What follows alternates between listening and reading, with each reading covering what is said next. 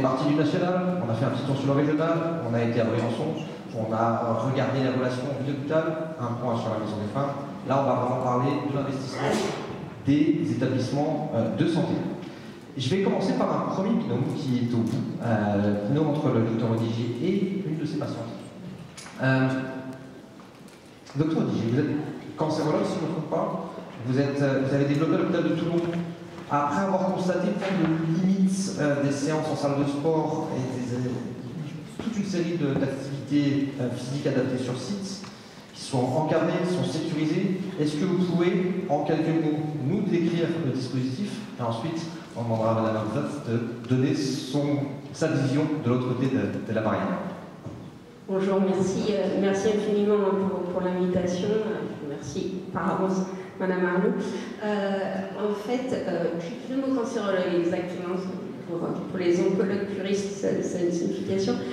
Je suis chef de pôle au centre hospitalier intercommunal de Toulon-la-Seine-sur-Mer avec un pôle de médecine orientation oncologique. Et donc c'est vrai que depuis un peu plus d'un an, nous avons créé un partenariat avec la Canisport qui nous permet de faire accéder à nos patients à une thérapeutique sportive adaptée. Ce n'est pas du sport, vraiment de l'activité physique adaptée, réservée pour les patients qui sont traités sur le plan oncologique. Et l'intérêt était justement, non pas de créer une injonction au sport, mais ça venait de la demande des patients de pouvoir reprendre une activité physique qu'ils ne pouvaient pas faire dans le milieu normal, à savoir que si on va dans une salle de sport, déjà il faut des certificats médicaux pour une capacité à la réalisation de cette activité, ce qui est un obstacle majeur, mais surtout la perception d'être diminué par rapport à la population normale, et ça c'est pas acceptable pour nos patients, puisque bon, si on se restreint à notre activité de médecin, notre objectif principal, c'est de guérir les gens ou de prolonger leur survie, du moins.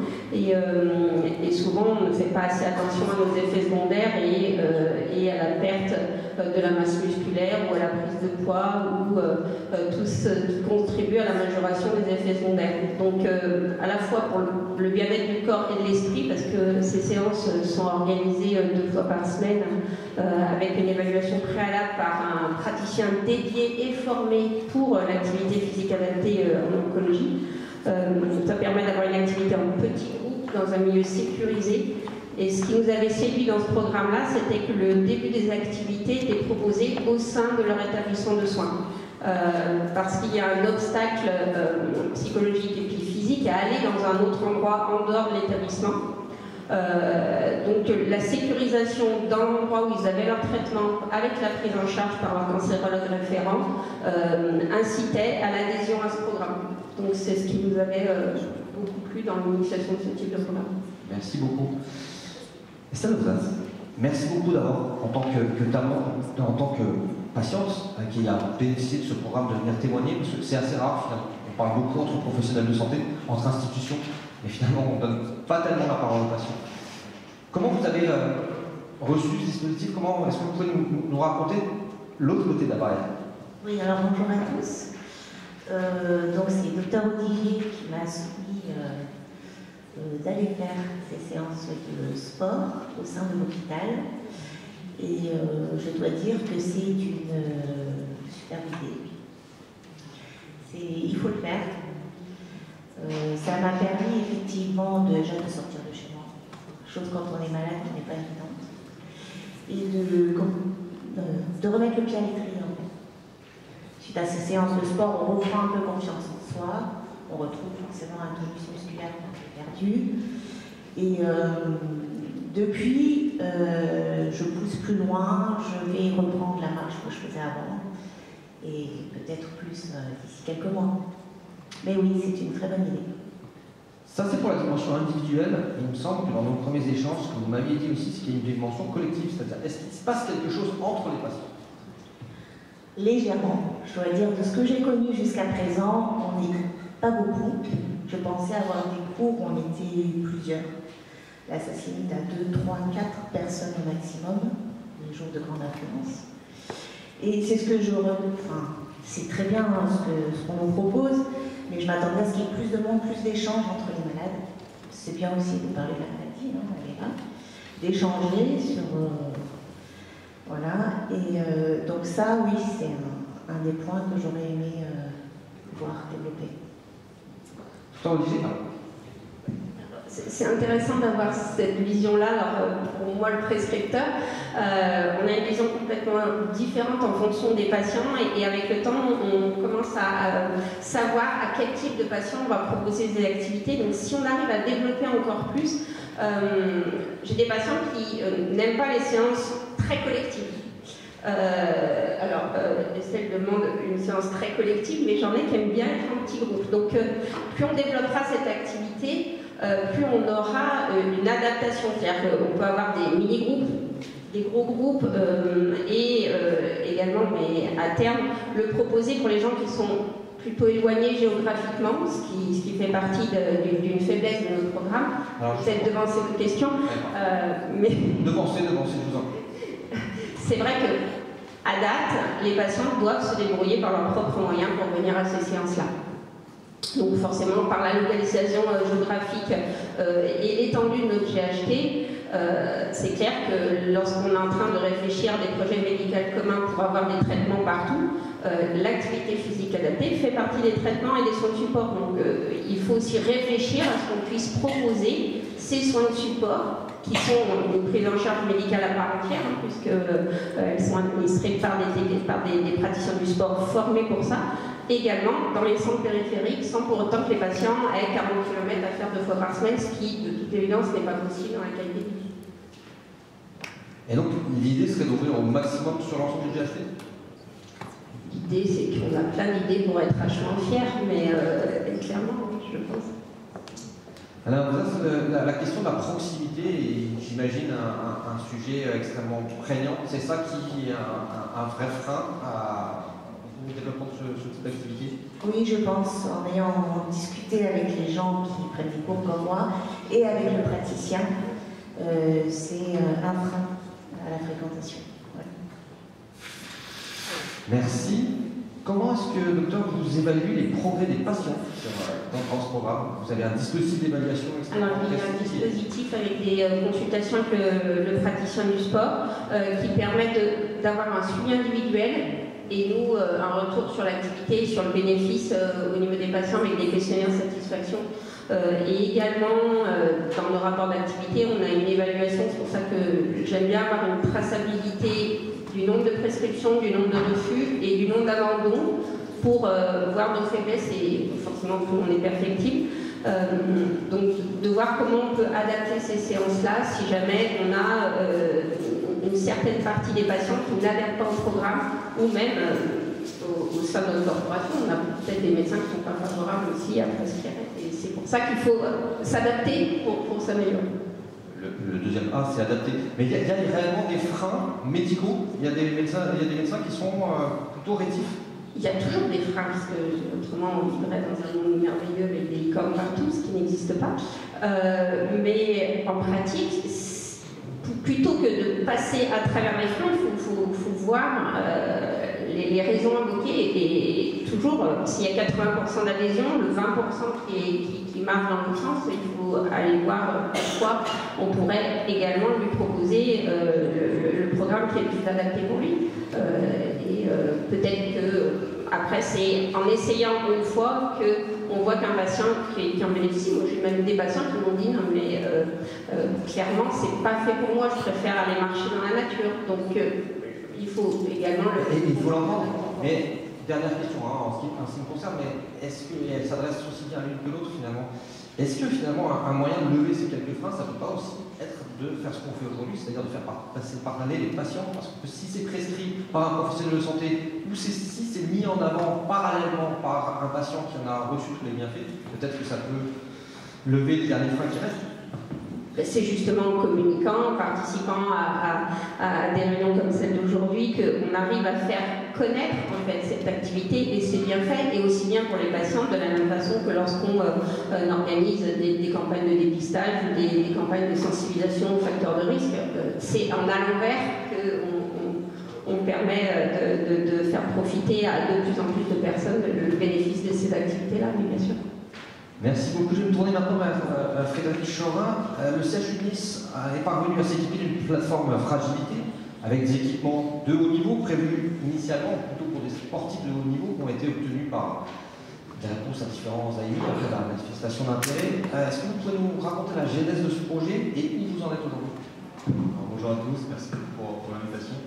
Maintenant, ça remonte à 10 ans. En effet, il y a l'Université Côte d'Azur et le CHU de Nice qui ont plutôt une bonne idée de répondre à des appels à projets en commun. Pardon, on entend mieux. Et en fait, de pouvoir s'équiper, donc d'équipements de haute technologie, de pouvoir avoir des financements pour avoir les ressources humaines et de plutôt s'orienter sur la recherche. Quand on a eu ces équipements, on s'est dit bon, très bien, on fait de la recherche, c'est super, on peut faire des publications scientifiques, mais vu qu'on maintenant a les équipements, où est-ce qu'on va les mettre? Et la bonne idée qu'ils ont eue, c'est de les mettre tous au même endroit. Et la deuxième chose, là où il y a population d'études. Donc du coup, ils ont tout mis au CHU et non pas à l'université.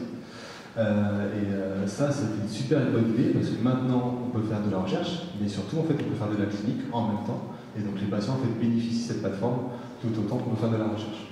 Donc du coup, en fait, on a créé une sorte de parcours, de continuum du matin à l'autonomie, parce que moi, je suis plutôt sur la gériatrie.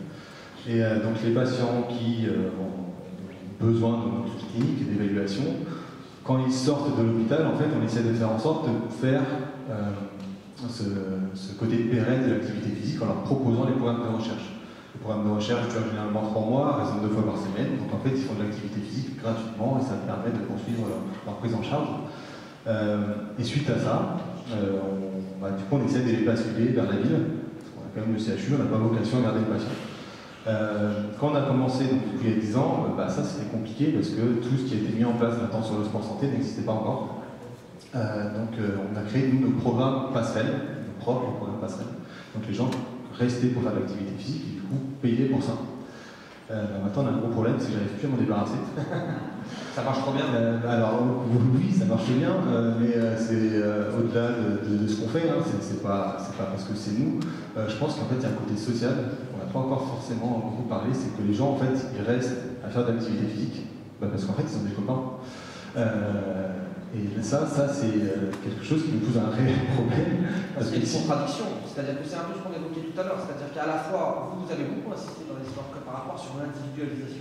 Et vraiment la nécessité d'avoir des soins qui sont particulièrement adaptés à un patient. Et en même temps, il y a une demande sociale et une demande de prise en charge collective. Comment vous gérez cette contradiction? Et du coup, je vais faire le parallèle avec ce qui se passe, parce que du coup, on a cité des programmes de préhabilitation en coach-adaptée, qui eux, justement, ne veulent pas venir à l'hôpital. Donc en fait, c'est très bizarre, parce que dans les patients dont je vous parlais, c'est qu'il y en a qui sont cliniques, mais en fait, vu qu'on fait des programmes de recherche, on a une population contrôle, et cette population contrôle, on passe à l'hôpital. C'est des gens qui sont à l'extérieur, qui viennent du coup pour ça. Donc c'est très bizarre ce paradoxe de moi je veux venir à l'hôpital, mais moi j'y suis, je ne veux pas y aller. Donc il y a des personnes qu'on suit du coup à distance, il y en a qui veulent faire de l'individuel, donc du coup on fait un individuel plutôt en visioconférence, donc ça marche aussi plutôt bien. Il y en a d'autres qui veulent faire du collectif, donc pareil, comme tout à l'heure, en fait, on limite à 8-10 personnes, ça sert à rien de faire plus. Donc en fait c'est en fonction des gens, et du coup j'aime beaucoup votre intervention, parce que en fait il n'y a pas de modèle typique, c'est qu'en fait on part sur on va parler de choses extrêmement différentes, mais qui sont des actions qui reflètent le dynamisme et la diversité des différents établissements en région Provence-Alpes-Côte d'Azur. Et ce côté individualisé, du coup, nous on a la chance d'avoir beaucoup de machines pour pouvoir le faire. Donc en fait, quand on évalue, quand on fait du renforcement musculaire, moi j'ai une machine qui permet d'avoir la puissance, l'endurance de force, enfin des choses très très précises qui permettent derrière de faire un programme très individualisé. Donc quand j'ai un patient qui va faire de l'activité physique, c'est un groupe de 10, il y en a un qui va se lever le plus vite possible, il y en a un autre, je vais lui mettre une charge sur lui, il va se lever comme il peut en fonction de la charge qu'il a. Et en fait, il ne va pas travailler la même chose. Et pourtant, ils sont en collectif. Donc ça, c'est hyper important ce côté individualisé, parce qu'en fait, on n'a pas les mêmes besoins, on n'a pas les mêmes envies, donc du coup, il faut travailler là-dessus. Même question que tout à l'heure, quel périmètre? Vous êtes aussi à Nice, vous avez aussi une vocation régionale. Vous traitez sur l'ensemble de la région ou uniquement sur le périmètre niçois? Non, alors on est plutôt sur les déplacements. Évidemment, on essaie donc de travailler beaucoup avec la ville pour pouvoir transférer ces façons de lien à ville-hôpital. Par contre, moi j'ai mon chef de pôle, mon ancien chef de pôle et mon nouveau chef de pôle qui m'ont imposé des missions, et du coup, je demande c'est de sortir de cette plateforme. Cette plateforme, elle est un peu unique parce qu'en fait, elle est très chère et elle est centralisée, sauf qu'on ne peut pas accueillir tout le monde. Donc, on a des missions de pouvoir finalement transférer toutes ces nouvelles technologies dans le téléphone portable. Par exemple. Moi j'ai une super machine qui permet de mesurer la puissance musculaire des quadriceps. En fait, avec mon téléphone portable, si je filme la personne en se levant d'une chaise, en fait j'ai exactement les mêmes données. Donc en fait on essaie vraiment de travailler là-dessus pour qu'on puisse faire des évaluations à distance, prendre beaucoup plus de monde en charge. Donc, je sais pas, je vais prendre entre 600 et 800 personnes par an en charge. C'est pas assez, enfin, au vu de la population qu'on a, il faudrait aller beaucoup plus loin. Donc en fait, on essaie de travailler là-dessus. Donc ce lien de recherche en fait, permet derrière de pouvoir avoir des projets, de pouvoir travailler au niveau régional et au niveau national. Et on a parlé ce matin des maisons sport santé. Quel est le lien entre la plateforme et les maisons sport santé? Alors, comment dire? Non, mais je sais, la question est pénible. Non, c'est une super bonne question. En fait, je pense que, comme je disais juste avant, en fait, tout le maillage, je pense qu'il est bien fait. C'est-à-dire qu'on a la clinique, on fait de la recherche, on envoie vers la ville. Sauf que quand on envoie des gens vers la ville, très honnêtement, moi je les envoie vers la maison sport santé. Je leur parle aussi du site, on a la chance en activité physique d'avoir un super site de l'ARS, PACA Sport Santé, où du coup il y a un référencement de tous les professionnels de toute activité physique adaptée qui sont référencés. Et en fait, quand on montre ça aux patients, ils disent ah super, ok, ben, voilà, vous habitez là, autour de chez vous, vous avez telle structure, telle structure, telle structure. On a beau avoir ce maillage, si on ne prend pas les patients en main, et que du coup on leur prend la main pour les emmener, en fait, ça ne fonctionne pas très bien. Donc le lien avec la maison sport santé il est fait, je pense qu'il est plutôt bon. On travaille ensemble, on essaie de venir nous sur les dernières séances pour qu'ils récupèrent les patients. Mais après, pour que les patients fassent le pas pour y aller, il y a encore du travail à faire. Et du coup, je pense que c'est peut-être pas un problème de structuration, mais c'est plus un problème d'envie de faire de l'activité physique. Et tout à l'heure, je parlais des copains, en fait, il faudra prendre les 10, et 10 et déplacer au même endroit. Mais ça, c'est un peu compliqué. Merci beaucoup. Je vais me tourner enfin vers le docteur Rank. Alors, docteur Rank, lors de nos échanges préparatoires, je vous ai proposé plein de questions que vous avez finalement toutes récusées, en me disant que c'était bien, c'était des questions vraiment sympas, mais que ça ne traitait pas du tout l'essentiel. Et que l'essentiel, vous tenez à le dire, c'est que l'activité physique adaptée, elle doit être comprise comme je répète, j'ai noté, un besoin physiologique de base, respecté comme tel, pour bien appréhender dans sa fonction préventive et curative pour le cancer et pour d'autres activités. Très concrètement, dans votre approche, qu'est-ce que ça implique pour la prise en charge du patient avant, pendant et après le traitement? Merci de me donner la parole et cette liberté de répondre aux questions que je veux. Non, je pensais que c'était très très important juste de partir de la base. On a besoin de boire, on a besoin de dormir, on a besoin de faire de l'activité physique parce qu'en fait, à chaque fois qu'on contracte nos muscles, on va sécréter des myokines qui ne seraient pas sécrétées si on ne les contractait pas. Alors, contrairement aux autres organes sécréteurs, on a besoin de ça et au quotidien. Et ça, c'est pour tout le monde et particulièrement quand on est petit, encore plus que quand on est grand. Et donc, c'est plus qu'un traitement ou un moyen, c'est un besoin. C'est un besoin qu'on a complètement ignoré. On est devenu très sédentarisé dès l'école, on a appris le sport. Alors, je ne suis pas contre le sport, évidemment, mais le sport qui impose des règles et qui est noté, c'est pas forcément quelque chose qui convient à tout le monde. Et ça, du coup, on a été un peu formaté pour finalement se sédentariser. Là, aujourd'hui, vous avez une première définition du facteur de risque qui est la sédentarité, rester plus de 2 heures assis. Je crois qu'on y est tous. Et qui est un facteur de risque à part entière. 80% de nos adolescents sont sédentaires. Ils ont perdu 25% de leur capacité cardiovasculaire en 40 ans. Je le dis avec le sourire, c'est quand même une catastrophe de santé publique. Mais vraiment. L'autre définition, c'est l'activité physique. L'activité physique, c'est la quantité d'activité qu'on doit faire à la fin de la journée. Pour un adulte, c'est au moins 4500 pas ou équivalent jusqu'à 7000. C'est pas la peine d'arriver jusqu'à 10 000, peu importe. Dans l'approche qu'on a à l'hôpital, comme dans l'école, on devrait respecter la base. La base, c'est à l'école enseigner ce qui est bon pour apprendre les maths, mais aussi la santé, avec le trépied mental, physique et nutritionnel. Je rajoute ce sous-trépied à votre trépied. Et bien sûr qu'à l'hôpital, on ne doit pas nier ses besoins physiologiques. Or, quand on hospitalise quelqu'un, aujourd'hui, en général, à part le confiner, on connaît bien ce mot maintenant, dans une chambre, ne pas le mettre forcément dans les meilleures conditions de sommeil et d'alimentation et au niveau mental, c'est pas forcément génial non plus. On rajoute en fait des comorbidités, on n'écoute pas les besoins physiologiques. Donc l'idée c'est dès un diagnostic d'une pathologie, faire de la préhabilitation, donc préparer les patients comme on prépare un sportif. On ne va pas laisser un sportif aller au JO sans rien. On ne va pas lui dire, bon, bah, tu as un cancer, tu vas avoir ton opération là, telle dans 3 semaines, débrouille-toi, t'es malade, repose-toi bien. Non, il faut préparer physique, mental, nutritionnel. Au moins respecter ce minimum des besoins physiologiques qu'on a tous. Et ça, avec des programmes qui existent, entre autres avec ces structures-là, c'est un encadrement. On tient le patient un petit peu par la main, mais en très peu de temps, le patient qui a l'expérience vécue, l'efficacité immédiate d'une activité physique adaptée, on n'a pas besoin de lui expliquer très longtemps pour qu'il soit convaincu. Et d'ailleurs, l'esprit de la loi, c'est l'autonomisation du patient. Donc, on ne va pas être assez nombreux pour tenir la main à tout le monde. Et je pense que c'est pas le but. L'autonomisation du patient, c'est dès un diagnostic, commencer par lui dire si possible lui prescrire, puisque c'est la loi, de l'activité physique adaptée à sa pathologie, adaptée à ses goûts. C'est ça qui fait le moteur. Ça peut être sortir le chien, ça peut être aller dans l'eau, pas l'eau, enfin, voilà, il faut réfléchir au goût, à la musique. Les gens qui ne sont pas sportifs, c'est à eux qu'il faut leur expliquer ça. Leurs besoins physiologiques en tant qu'adultes par exemple, mais leurs besoins physiologiques en lien avec leur pathologie. Quand on parle du cancer, on sait qu'il y a une question d'intensité, de dose-intensité, donc il faudra prescrire quelque chose où il y aura de l'intensité au moins 3 fois par semaine, 20 minutes intenses, entre autres. Et puis, toujours avoir cette idée d'éviter la sédentarité, c'est-à-dire essayer de faire une pause active de 30 secondes toutes les 30 minutes, si possible. Il y a des petits outils pour ça. Et donc, on a cet élément-là, et la condition du jour, évidemment. Si le patient ne peut pas faire autant qu'il le devrait, il n'y a pas de culpabilité à avoir, ça ne doit pas être une injonction, effectivement. Pendant l'hospitalisation, c'est essentiel qu'il y ait des... si ce n'est programme, des paroles qui permettent au patient, dans sa chambre, de penser à ça, d'avoir cette petite idée de régulièrement se mobiliser, même en autonomie, si on ne peut pas faire mieux.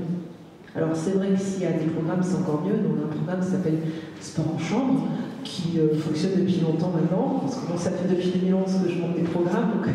C'est un nom de programme qu'on n'oublie pas. C'est un nom de programme que j'ai déposé. Et donc actuellement, ça marche toujours en hématologie. On a mis des vélos d'appartement dans les chambres isolées. On a un encadrement physique qui passe 2 fois par semaine, mais on ne peut pas être marié à un encadrement physique. Donc il y a toujours une autonomisation du patient. Il faut que le patient, c'est une thérapeutique, mais active. Donc il faut que le patient attrape cette thérapeutique. Et pour qu'il l'attrape, il faut que ça respecte un peu ses goûts, évidemment. On l'a vu.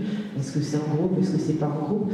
Bon, des petits outils comme un podomètre, ça peut aider.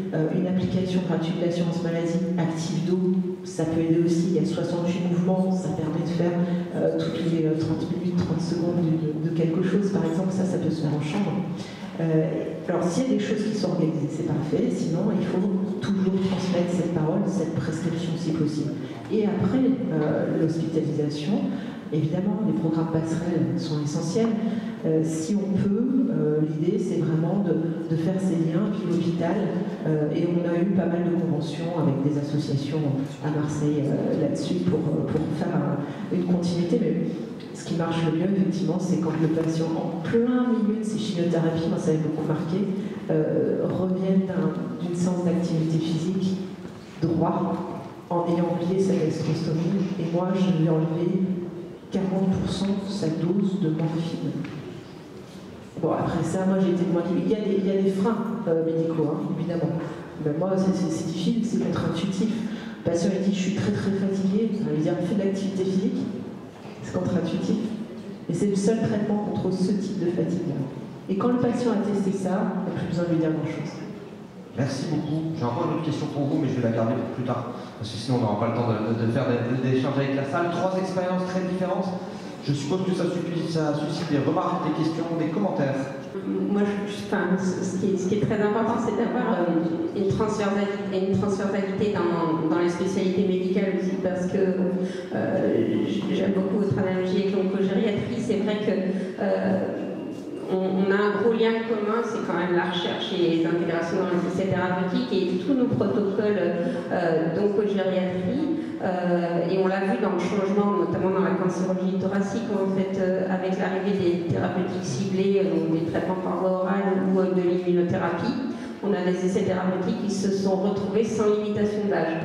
Donc on a des patients de plus en plus âgés qu'on intègre dans ces essais-là. Et le critère d'éligibilité, c'est l'état général. Mais dans l'état général, il faut quand même intégrer la masse musculaire, l'âge,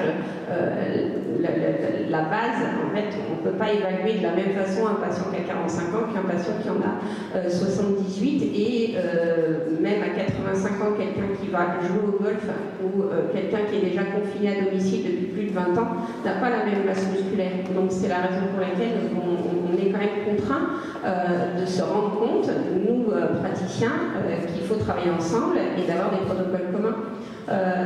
Donc je pense qu'en intégrant des évaluations avec de l'activité physique adaptée, on permettra à nos patients d'accéder encore plus à l'innovation thérapeutique et de leur prolonger la vie. On a beaucoup parlé du cancer, mais il y a d'autres spécialités qui sont tout spécifiquement concernées par ce type de process. Je vais passer le micro parce que je suis vraiment monosynaptique sur le cancer. Moi, je suis polysynaptique, je suis très transversale. J'étais médecin de soins de support oncologique, donc je connais le cancer, mais je connais beaucoup la douleur chronique et beaucoup les femmes qui ont été soumises à des violences, parce que c'est quasiment 80% des patients. Donc, comme quoi, il y a des liens douleur chronique. On a fait de la recherche à chaque fois. Je pense que c'est important de faire avancer les choses effectivement avec la recherche. Et on s'est aperçu qu'il y avait à la fois un effet immédiat post-séance quand c'est bien fait sur humeur, fatigue, concentration. Et j'ai envie de dire, moi, dans le cadre de la douleur chronique, si la douleur, à douleur équivalente, si une patiente est moins fatiguée, à meilleure humeur, elle se concentre mieux et dort mieux, la nuit qui suit, on a gagné.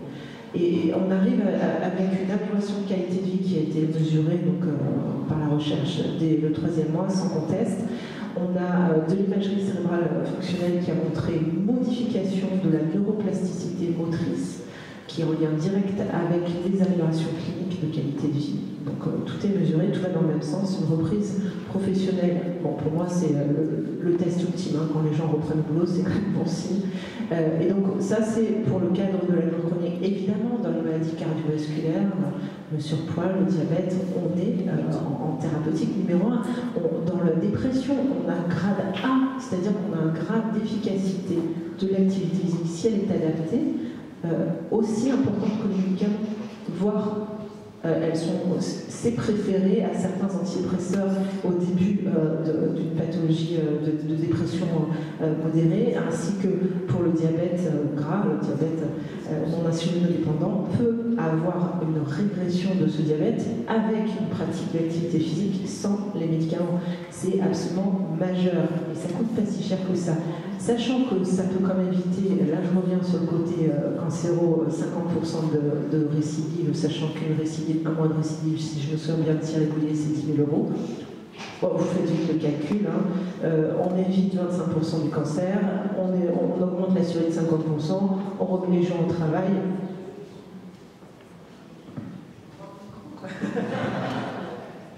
Est-ce que tout est dit? Monsieur. Bonjour, je suis François Randazzo, secrétaire général de l'URPS Kiné-PACA. Donc quand j'ai suivi les échanges depuis ce matin, il y a quelque chose qui est quand même assez frappant, c'est que on voit qu'il y a beaucoup d'initiatives qui se passent dans les hôpitaux, dans les maisons de sport santé, mais une des difficultés, c'est la généralisation sur tout le territoire. Et à ce titre, je voulais attirer votre attention sur le fait que les kinésithérapeutes sont en capacité, déjà d'une part, d'identifier les patients qui peuvent bénéficier de ces programmes, puisque c'est des patients qui sont dans nos cabinets, qui sont en capacité d'être effecteurs des séances d'activité physique adaptée, et en capacité de renouveler la prescription du médecin. J'espère bientôt de pouvoir être primo-prescripteur, parce que c'est quelque chose qui permettrait d'aller plus vite dans le développement territorial de l'activité physique adaptée. Mais c'est bien, il faut créer du lien. Au niveau de l'URPS PACA, on a créé une structure qui s'appelle CROSS, qui en fait identifie sur l'ensemble de la région PACA les cabinets qui se sont spécialisés. En général, ils ont l'avantage, ils ont des plateaux techniques à disposition qui permettent, comme vous pouvez le faire, en fait, d'initier la démarche et ensuite d'orienter le patient vers les associations sportives qui sont en fait sensibilisées à la prise en charge de patients qui présentent certaines pathologies. Merci à vous. Un commentaire peut-être sur l'articulation avec les kinés? Évidemment, enfin, elle est hyper naturelle. Je crois qu'il n'y a même pas de débat à avoir. Moi, je crois que justement, on n'est pas assez nombreux. Les kinés ne sont pas assez nombreux, les encadrants physiques ne sont pas assez nombreux, les ergothérapeutes psychomotriciens, qui sont aussi les deux autres professionnels qui sont censés, avec les kinés, ne s'occuper que des patients avec une sévérité importante d'affection. Alors ça, c'est la loi. Bon, c'est un peu discutable. Donc, ne sont pas assez nombreux. Donc, de toute façon, tous les acteurs qui peuvent apporter leur pierre à l'édifice, il faut le faire. Il faudrait commencer à l'école, en fait, aussi, entre nous. Mais évidemment qu'on s'appuie beaucoup sur les kinésithérapeutes. Certains patients n'ont pas envie d'aller chez le kiné faire de l'activité physique parce que c'est pas si utile pour eux. Très bien. Nous, on a cassé un frein. D'abord, c'est le financier, c'est clair. Quand les gens ont besoin de payer, ça ne marche pas. Quand ils ne peuvent pas se déplacer, on a cassé ce frein avec des séances mixtes. Donc c'est un visio live, donc soit on vient sur place, soit c'est en visio. Voilà. Et puis le fait d'avoir un encadrant formé, ça c'est hyper important parce qu'évidemment on ne va pas prendre en charge de la même façon quelqu'un qui a une sclérose en plaques, quelqu'un qui a un cancer, quelqu'un qui a une maladie cardiovasculaire. Donc ça, il faut être formé. Oui, je suis complètement d'accord. Après, c'est vrai qu'il faut sortir de notre hospitalocentrisme, mais c'est vraiment le but. À chaque fois, on donne l'impression qu'on ne propose qu'à l'hôpital. Le programme de la Cave du Sport, en l'occurrence, est une période de 3 mois qui peut être prolongée jusqu'à 9 mois, mais qui a pour but d'externaliser le patient sur les associations sportives et sur les programmes d'activité physique adaptée disponibles également au secteur de ville et avec des praticiens comme les kinés. On a les mêmes obstacles que disait ma consoeur. Clairement, le patient, à partir du moment où il n'y a pas toujours la possibilité d'avancer les frais, il n'y a pas toujours la possibilité de payer, on a de multiples niveaux sociaux, et ce sont tous ces freins qui font qu'on ne peut proposer qu'à une seule partie de la population d'avoir accès à ce type de programme. Donc plus on développe ces activités-là, plus on les propose de façon élargie, sans avoir de critères d'exclusion, qui restreint par exemple dans un essai thérapeutique, on va avoir des critères d'exclusion. Donc là, plus on est large, et plus on a la possibilité de proposer un maximum de patients, plus on développera et plus on justifiera également nos financements. Sachant que pour avoir un financement, il faut être capable de donner le bon traitement aux patients. C'est exactement pareil que dans les thérapeutiques qui sont innovantes et malheureusement très chères. Monsieur Chouin. Oui, évidemment, on est complémentaires, ça c'est évident. Moi, je pense qu'il y a un truc qu'on n'a pas encore parlé, en fait, c'est de rendre les patients acteurs de leur propre santé. Un truc très à la mode en ce moment, c'est l'empowerment. En fait, je pense que ça va un peu tout changer. Moi, j'ai beaucoup de personnes âgées que je leur dis, et qui en plus ont un cancer, faire de l'activité physique, qui me regardent et font non, mais ça va pas, quoi. Il ne faut pas oublier qu'il y a 10-15 ans, on leur disait vous avez un cancer, vous êtes fatigué, reposez-vous. Maintenant, on leur dit l'inverse. Et je pense qu'en fait, ce côté un peu générationnel, nous maintenant, on est tous un peu sensibilisés à ça. C'est-à-dire que dans 20, 30, 40 ans, oui, je sais qu'il va falloir que je fasse de l'activité physique pour rester en bonne santé. Donc il y a ce côté-là aussi, ce côté éducation à la santé qu'il faut vraiment qu'on mette en place, au-delà de faire des super programmes d'activité physique, des super évaluations. Je pense qu'il y a toute une éducation à faire.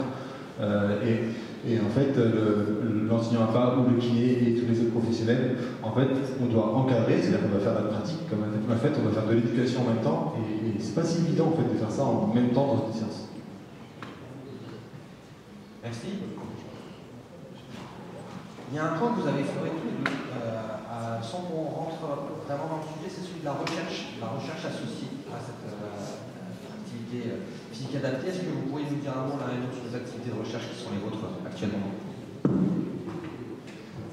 Alors moi, c'est une grande partie de mon activité. Du coup, je suis chercheur dans un laboratoire au STAPS.